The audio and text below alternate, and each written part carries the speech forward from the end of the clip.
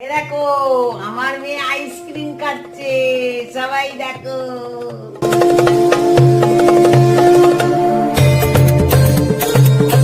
ও ঠাকমা, ও ঠাকমা, কি করছো হাতে আইসক্রিম নিয়ে?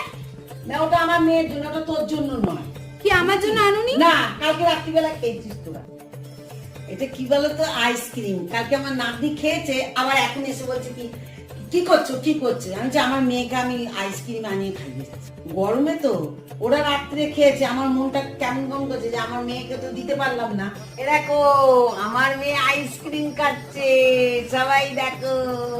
আমার ইংলি নিয়ে আইসক্রিম খাচ্ছে, ওরে বাবা রে বাবা। অনেকে কমেন্ট করো যে মা কালী এসব খায় নাকি, কিন্তু মা কালী খায় কি না খায় মেয়ের মতন করে ভালোবেসে দেখবে, খায় কি না খায়।